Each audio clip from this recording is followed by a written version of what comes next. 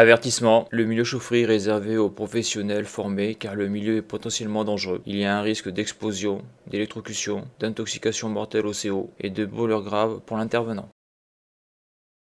Alors dans cette vidéo, je vais parler d'un de mes retours d'expérience sur l'intervention d'entretien d'une chaudière fuel, donc avec son brûleur fuel. Donc c'est une chaudière et un brûleur qui ont plus de 30 ans en gros. Alors cette intervention fait partie de mes premières interventions chez le particulier. Donc là je découvre les interventions chez les particuliers. Comme je l'avais dit dans des vidéos précédentes, avant je faisais des interventions chez des professionnels. Alors cette intervention fait partie de mes pires interventions en maintenance de toute ma vie, car cette intervention va très mal se passer. Alors ça veut dire quoi, très mal se passer? Donc le contexte c'est quoi? On est un vendredi après-midi, mais j'arrive vers 15h pour faire l'entretien d'un brûleur fuel et d'une chaudière fuel. On est mi-décembre, il fait froid, il neigeote un petit peu, et j'interviens dans une maison d'une personne âgée, une femme en plus. Quand j'arrive, le brûleur fonctionne, je fais tout ce que j'ai à faire, et lorsque je remets le brûleur en marche, je vois que le brûleur ne redémarre pas correctement. Je constate que le coffret de sécurité a lâché. Donc qu'est-ce que ça veut dire? Eh bien ça veut dire que si ton entreprise ne récupère pas les pièces détachées des anciens brûleurs, dont les coffrets de sécurité, car il faut savoir que les coffrets de sécurité avec le temps peuvent lâcher. D'ailleurs j'ai fait plusieurs vidéos sur ce sujet là, car ça m'est arrivé plusieurs fois où la panne c'est le coffret de sécurité HS. Donc si tu n'as pas de vieux coffrets de sécurité récupérés chez d'autres clients par exemple lors de remplacement de brûleur, eh bien le client tu pourras pas le dépanner. La seule solution de dépanner ce type de client là, c'est de récupérer un brûleur de particulier, par exemple un brûleur que tu as récupéré en changeant un vieux brûleur par un nouveau brûleur, et le mettre sur ce brûleur qui est en panne. C'est la seule solution en secours. Malheureusement, il y a des boîtes, comme j'ai pu le constater, qui font de la maintenance mais qui n'ont aucune pièce de rechange pour du vieux matériel et qui n'ont pas l'idée de se dire on va garder un brûleur type Heinz C4 là pour dépanner un client qui aurait un brûleur HS. Donc c'est une de mes pires expériences parce que lorsque tu finis l'intervention, que tu vas voir la cliente et que tu lui dis que son brûleur est en panne, qu'il n'y a pas de pièce de rechange immédiatement, qu'il va falloir commander le coffret de sécurité, et comme tu t'es déjà renseigné pour savoir si le fournisseur en avait un, on te dit que le coffret de sécurité ne se fait plus et qu'il faut commander un adaptable et que ça va prendre une semaine, mais quand tu dis à la cliente qu'elle aura plus de chauffage pendant une semaine, ça se passe très mal. Surtout que cette femme-là, elle avait des soucis là, elle a pété un plomb. C'est là, comme je disais, on voit la différence entre le professionnel et le particulier. Lorsqu'on intervient, c'est qu'il y a des gens, ils peuvent complètement dégoupiller, et en plus cette personne-là n'avait même pas de radiateur électrique de secours chez elle. Donc moi je lui ai dit là ce que je dis là, c'est-à-dire que dans ma boîte il n'y a pas de brûleur de secours, donc tu peux pas changer le brûleur. Même si changer le brûleur, après il faut adapter la plaque sur la chaudière, ça peut être aussi très compliqué. Donc pas de solution pour faire repartir la chaudière. D'ailleurs j'ai filmé là le passage où le brûleur, on le verra plus tard dans la vidéo. Et donc ce qui rend la chose très compliquée, c'est que quand tu arrives ça fonctionne, et quand tu repars il n'y a plus rien qui marche. Et ça, quand tu expliques aux gens que c'est comme les êtres humains, quand tu interviens sur un vieux brûleur qui a une trentaine d'années, quand tu vas faire la maintenance, tu vas être obligé de le couper, de l'arrêter, car il y a des trucs à contrôler, et en plus il faut l'ouvrir. C'est un peu comme une personne âgée qui va se faire opérer, qui va se faire une anesthésie générale, et il y en a, ils meurent pendant l'anesthésie. C'est la même chose avec les brûleurs. Tu l'arrêtes, tu le démontes, tu le remontes, tu veux le faire repartir, puis là tu te rends compte que le coffret est HS, donc après tu contrôles les connectiques électriques, ce genre de choses, et on voyait qu'à l'intérieur il y avait des arcs électriques, et il avait une séquence anormale. Sachant que le coffret de sécurité porte bien son nom, c'est ce qui permet de contrôler la sécurité sur le brûleur, c'est ce qui évite qu'une baraque flambe si c'est un brûleur fuel, ou si c'est un brûleur gaz, qu'une baraque explose. Donc c'est un organe extrêmement important, donc lorsqu'il déconne, il faut le virer, en mettre un neuf ou un autre qui a été récupéré sur un ancien brûleur qui fonctionne. Donc toi, quand tu pars en intervention, c'est la surprise du chef. On te dit que tu vas faire un entretien de chaudière fuel, mais on te dit pas que la chaudière fuel a une trentaine d'années, que toutes les pièces sur le brûleur sont d'origine, et que quand tu touches à ce genre de matériel là, ça peut mal se passer dans le sens où ça marchait avant, tu y touches, tu fais ce qu'il y a à faire, et puis comme il était vieux, les pièces lâchent au moment de l'intervention. Dans un monde idéal, j'ai envie de dire, ou un monde qui maîtrise son sujet, ce type de brûleur là, déjà tu le fais pas le vendredi après-midi, parce que s'il pète, si jamais ta boîte a un brûleur de secours, changer un brûleur, ça se fait pas en 5 minutes. En plus, il faut aller le chercher, et entre le client et ton entreprise, il peut y avoir 1 heure de route. Ça, c'est la première chose. Donc ça, déjà, ce type d'intervention le vendredi après-midi, c'est complètement débile pour moi. Sur des vieux brûleurs, je parle. Et après,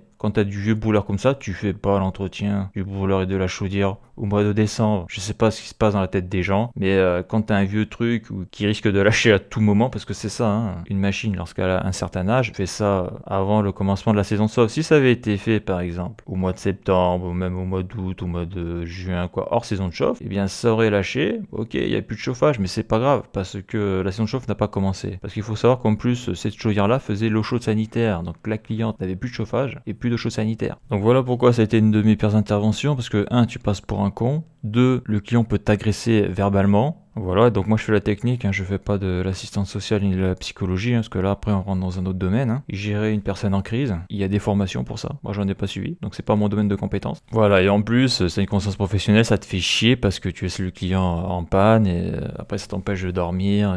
C'est là où tu vois que en maintenance, toutes les entreprises ne se valent pas, loin de là. Mais après quand tu tombes dans une boîte, tu sais pas vraiment à qui tu as affaire. Le seul moyen de savoir à qui tu as affaire, c'est après d'essayer l'entreprise et de voir vraiment ce qu'elle vaut sur le terrain. Donc en tout cas, moi je dis aux débutants dans ce domaine-là, attention lorsque tu interviens un vendredi après-midi en pleine saison de chauffe sur ce type d'installation, danger. J'ai envie de dire danger. Donc on verra les symptômes de la panne plus tard parce que j'ai filmé le phénomène. Donc on va faire un petit peu le tour vite fait de l'installation. J'ai pris quelques photos. Donc déjà la première chose qui peut choquer sur cette photo-là, c'est que l'on voit que autour du brûleur fuel, il y a des matières combustibles. Donc ça en principe c'est interdit. Hein. Tu mets pas, là on voit il y a un matelas, tu mets pas de la matière combustible là à 10 cm du brûleur, quoi, j'ai envie de dire. Déjà ça c'est la première chose que je constate comme anomalie qui saute aux yeux. Après moi j'ai signalé au client, hein, mais bon, à la fin de l'intervention, le client n'était pas trop réceptif à ce que je disais. Donc sur cette photo on peut voir l'avant de la chaudière. Donc quand j'arrive, la chaudière fonctionne, hein. On voit que le chauffage c'est aux alentours de 60 degrés. D'ailleurs ça c'est très chiant, lorsque tu arrives avec la chaudière est en marche, là le corps de chauffe est très chaud. Donc ce qui est bien, c'est quand tu fais un entretien, c'est que le client éteigne sa chaudière au moins 1 heure avant que tu arrives. Parce que tu peux te brûler sur les corps de chauffe quand tu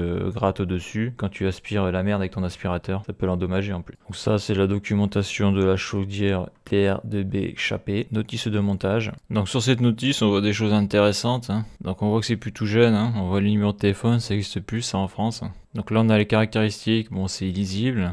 On a une partie sur le fonctionnement, donc c'est pareil, c'est illisible. Car en plus, c'est écrit en petit dans la documentation. Donc là, ce qui est intéressant, c'est qu'on voit qu'ici, là, il y a un ballon. Là. Donc ça, c'est un ballon d'eau chaude sanitaire. Donc cette chaudière-là fait le chauffage, plus l'eau chaude sanitaire. On voit l'accès là. Donc c'est là où il y a le foyer là. Et ici aussi, on a un accès. Donc là, il faut enlever la trappe là, pour accéder en haut. Et pour accéder en bas, il faut carrément enlever le brûleur. On voit qu'il y a une trappe qui est démontable, mais je ne l'ai pas démontée. Parce que les tissues, on va le voir, il y en a une qui était rouillée. Et on le voit là en 5 là. Et si t'as pas du dégrippant ou si ça tourne dans le vide, après ça peut être l'enfer. Donc j'ai préféré pas prendre de risques. On voit l'arrière de la chaudière. Là on voit que sur ce ballon ils ont monté une anode. Je pense qu'elle a jamais été changée cette anode. Voilà, parce que là je viens juste pour l'entretien de la chaudière. Hein. Le ballon de chaude sanitaire, j'y touche pas. Donc là on a la suite de la documentation, mais là c'est flou, c'est illisible. C'est un endroit en plus il fait sombre. C'est dans une cave d'une maison. Là on a le schéma de câblage intérieur avec raccordement à vanne manuelle, donc le schéma de principe, un multifilaire. Différentes informations que je recherche sur la documentation, c'est par exemple le réglage des électrodes d'allumage. Donc là on le voit pas trop, mais ils disent les extrémités des électrodes 4, parce que là on a un dessin, on a un schéma avec l'électrode d'allumage et le gicleur. Ce qui est rigolo, c'est que dans ces documentations, ils appellent ça un injecteur. Ils doivent présenter un écartement de 4 à 5 mm et se situer à 8,5 mm au-dessus de l'axe de l'injecteur. Donc ça c'est pas du gaz ça, hein. Les injecteurs c'est pour le gaz, hein. Pour le fuel c'est un gicleur. Je sais pas pourquoi ils emploient ce terme là. Donc là on voit un peu la tête de combustion, là à quoi ça ressemble. Mettre en place la tuyère de la chambre de combustion. Voilà, on voit aussi là, comment on règle la pompe, comment on règle la pression de la pompe d'Enfos RSL28. Donc là sur la documentation, donc j'y suis là, on a différentes références. Donc ici ils appellent ça des bougies d'allumage et c'est vrai que ça ressemble à des bougies. Les électrodes d'allumage ressemblent à des bougies.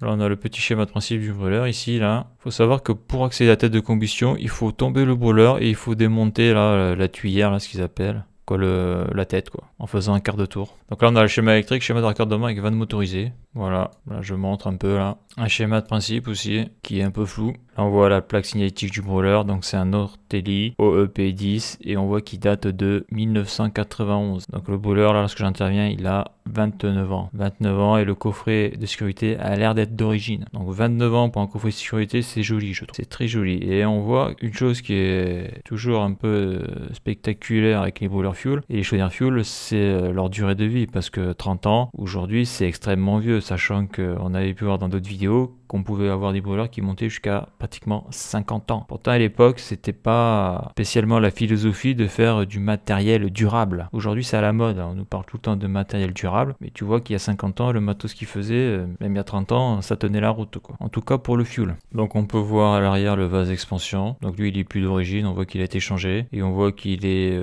calorifugé à l'ancienne. La pompe de chauffage, par contre, elle a pas l'air d'être toute jeune, hein. Elle a l'air d'être d'origine. Ici, une pompe Queno. Donc sur cette photo, on peut voir le brûleur sans son capot. Donc là, on voit que j'ai débranché la fiche européenne. Donc là, au moins, il est plus alimenté électriquement. Là, j'ai fermé aussi les deux vannes fuel. Je sais pas s'il y a un pot fuel, j'ai pas l'impression. Donc pareil, lorsque je vais tomber le brûleur, je ne débranche jamais les flexibles fuel. Les flexibles fuel, si je dois les débrancher, c'est comme on l'a vu dans la vidéo où je change la pompe fuel, et bien c'est lorsque je dois changer la pompe, sinon ça sert à rien. En plus, les flexibles sont super longs, donc il n'y a pas de souci. Donc là, on voit là, le coffret de sécurité, le transformateur haute tension là, pour faire l'arc électrique. Ici, on a l'électrovanne qui libère le fuel dans le brûleur, quoi, dans la ligne du gicleur. Et là, on a la pompe fuel. Là, on voit qu'il y a un petit compteur. Et là, c'est sûrement là que l'air est aspiré, là. La boîte à air. Il doit y avoir un truc, je pense. Je m'en souviens plus. Et donc, on voit que la question que je me pose, c'est, comme je découvre, comment je fais pour accéder aux électrodes d'allumage et au gicleur. Donc, j'ai dû enlever cette trappe-là et puis j'ai pu voir que, non, tu peux pas y accéder par là. Et ici, ça doit être la cellule photoélectrique. Donc là, j'ai sorti le brûleur de la chaudière. Là, on peut voir sa tête, là. Donc là, on voit que j'ai enlevé le brûleur. On voit là les deux vannes, donc aller-retour fuel. Donc le brûleur est plus loin. On voit que là, il n'y a pas de filtre, il n'y a pas de pot fuel. Hein. Ça, c'est d'origine, ça doit avoir 30 ans. Ça passe ici, là. Le brûleur est derrière, là. Et c'est vraiment pour ça que le filtre de la pompe fuel est aussi sale. Donc là, on voit qu'il y a beaucoup de dépôts à l'intérieur. Et donc, c'est ce que je disais, si on veut y accéder de manière plus simple, il faut enlever ces trois écrous ici. Donc là, on voit les tiges fuitées, là. Mais on voit que les tiges fuitées sont rouillées. Donc en principe, quand on fait du montage comme ça, là, on est censé mettre de la graisse pour faciliter le redémontage. Donc là, quand je vois ça, je prends pas de risque. Je prends pas de risque dans le sens où j'ai pas envie que ça tourne dans le vide ou que ça pète et que après je me retrouve comme un con là avec une vis en moins et que ici là ça crée une fuite là, une fuite d'air. Donc j'aspire à l'intérieur directement avec mon aspirateur. Les cendres sont chaudes, hein, elles doivent être à 50 degrés. Donc je prends un risque quand même pour l'aspirateur, mais après n'étant pas à mon compte, étant salarié, à l'époque où j'ai fait cette photo-là, j'ai pas 3 heures pour faire l'intervention, quoi. Et même j'ai pas assez de temps pour faire l'intervention, car j'ai pu me rendre compte aussi, hein, bon ça c'est le terrain qui parle, hein, c'est que souvent t'as des boîtes,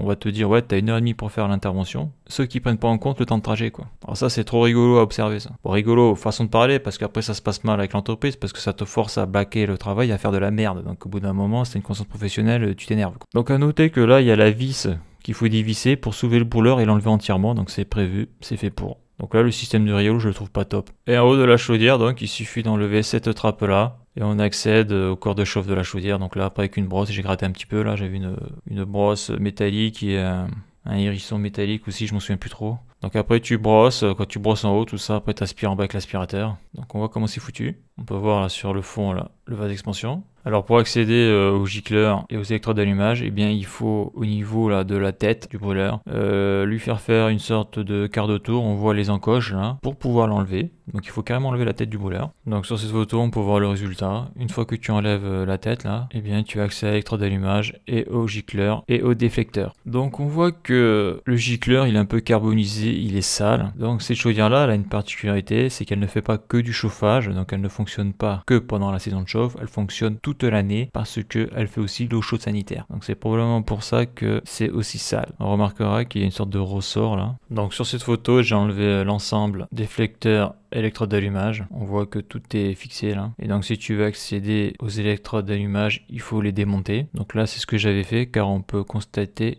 qu'elles sont propres et tu ne peux pas les nettoyer comme ça en place sans les enlever. Ce n'est pas possible. Donc là on peut voir le déflecteur et on voit qu'il a été nettoyé. Donc je l'ai nettoyé avec la toile émery comme pour les électrodes d'allumage. Donc là on peut voir le gicleur. C'est un gicleur de 1 gallon US par heure. Donc on peut lire que c'est un 60 degrés E. Donc l'angle est le cône. Et après Made in USA et la marque c'est Ago. Donc d'après ma réglette fuel, donc la réglette que l'on a vue dans la vidéo Show 221, si j'ai un gicleur de 1 gallon US et si je mets une pression de pompe fuel de 12 bars, donc pour du fuel sans réchauffage du fuel, donc le brûleur va développer une puissance flamme de 50 kW. Donc à noter, un truc que j'ai jamais compris, c'est qu'en plus ce client-là, il me semble que c'était un client de l'entreprise pour laquelle je travaillais. Et ce qui m'a toujours fait halluciner, c'est quand on t'envoie en intervention, ok, pour faire un brûleur fuel que l'entreprise est censée connaître et qu'on ne te donne jamais le gicleur fuel qui va avec. Parce que quand tu vas la première fois sur un site, je peux comprendre que tu n'aies pas accès à ce genre d'informations-là, mais quand c'est pas la première fois que l'entreprise intervient, vu que tu es toujours obligé de faire des comptes rendus, c'est que le prochain technicien qui intervient sur une installation fuel qui est connue part en intervention avec le bon gicleur. Surtout que ces chaudières-là tournent toute l'année. Donc là, théoriquement, j'aurais dû remplacer le gicleur, ce qui n'a pas été fait, car je n'en avais pas. D'ailleurs, je l'ai marqué sur le bon d'intervention. Voilà, ça c'est vrai que c'est un truc que je comprends pas. On t'envoie sur des sites qui sont connus, mais on te donne pas les pièces, les consommables que tu vas devoir utiliser, car le gicleur est inconsommable. Parce que même si tu le nettoies, à l'intérieur, là, le trou est tellement fin. C'est de la mécanique de précision, c'est qu'après ça s'agrandit un tout petit peu, les gouttelettes sont moins fines et après ça peut poser des problèmes de combustion, une combustion plus mauvaise, une surconsommation de fuel. Et moi j'ai déjà vu, d'ailleurs j'ai fait une vidéo dessus, va arriver un moment donné où les gouttelettes seront tellement grosses que la mise à feu ne pourra plus se faire. D'ailleurs j'ai fait une vidéo dessus, c'était dans le tertiaire, j'étais dégoûté car c'était en astreinte sur un site d'un collègue qui lui faisait du fuel et moi j'en faisais pas sur mes sites. Donc j'avais pas ce qu'il fallait pour changer le gicleur, car j'avais pas de gicleur de secours. Ça c'est pareil, c'était une intervention pourrie car le client restait en panne. C'était une maison de fonction et il n'avait pas de radiateur électrique de secours. Sur cette photo, on peut voir que la tête a été remontée. Donc après je regarde le filtre de la pompe fuel, donc là je vais zoomer dessus et on peut voir qu'il est sale. Donc après ça se nettoie avec un pinceau, soit un produit spécifique, de l'essence ou du fuel propre, mais c'est vrai que c'est pas facile à nettoyer. C'est quand même mieux d'avoir un pré-filtre là, comme on l'a pu voir dans la vidéo précédente, c'est-à-dire le pot fuel avec son filtre à l'intérieur, car là il n'y en a pas et c'est lui qui prend tout. Là. Donc là j'ai fait l'entretien basique du brûleur fuel et ainsi que l'entretien basique de la chaudière, et donc je remonte tout et après je fais ma première mise à feu et ça se passe mal. On va voir ça maintenant.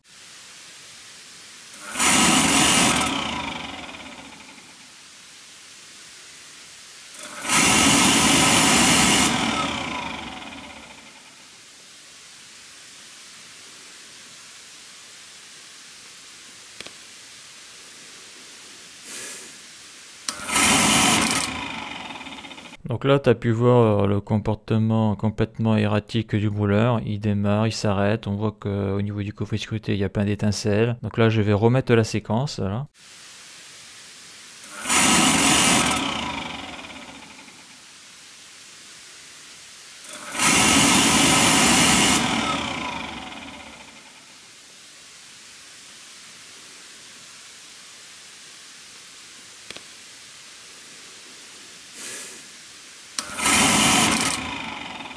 Donc le coffret de sécurité, c'est le OE-088-313 TF801 de Satronic. Donc qu'est-ce que je fais? Eh bien, je débranche la fiche européenne, on voit la vis au milieu, je la dévisse et je l'enlève et je regarde s'il n'y a pas un problème de connectique. Sur cette photo, on peut voir l'embase du coffret de sécurité. Donc je vois qu'il n'y a pas spécialement d'anomalie, en tout cas à l'extérieur. Là, je vois pas de pièces cramées, je sens pas d'odeur de brûlé. Donc comme le coffret de sécurité faisait des gros arcs électriques, qu'il est vieux, j'en déduis que le coffret est HS.